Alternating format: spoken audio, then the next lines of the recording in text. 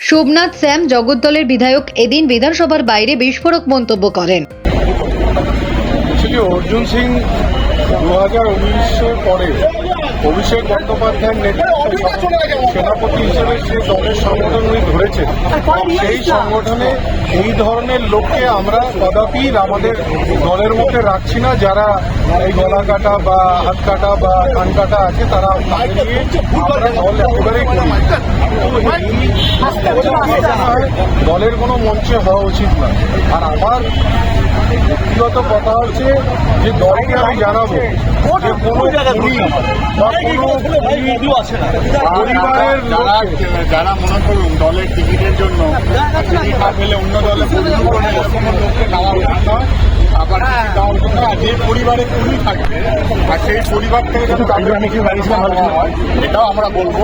আর এটা জানতে হবে 2019-এ আগে তৃণমূল 2021-এ যারা মাথা মতো করে আমাদের দলে এসছে, তাদেরও তো বুঝতে হবে কি 2019-এ আগে তৃণমূল কংগ্রেস তার এখন তৃণমূল এক।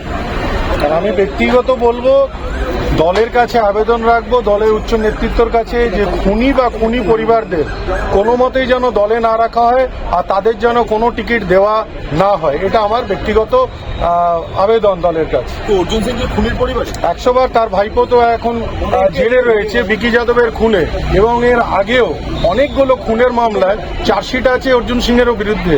এই ধরনের যার বিরুদ্ধে চার্জশিট করা আছে, গোপাল মজুমদার ইছাপুরে যে খুন হয়েছিল, তার খুনের মামলায় তো অর্জুন সিং অভিযুক্ত আছে। তো যারা অভিযুক্ত আছে তাদের কি করে দলে রাখা হতে পারে, তারা কি করে দলের কোনো নেতৃত্ব দিতে পারে, এটা নিয়েও তো আমার প্রতিবাদ আছে।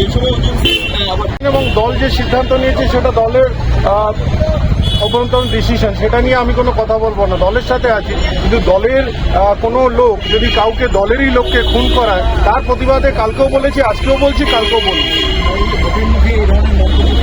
তাহলে দলের মুখের মুখে যে মন্তব্য মঞ্চের থেকে অর্জুন সিং করেছেন, সেটাও সঠিক নয়।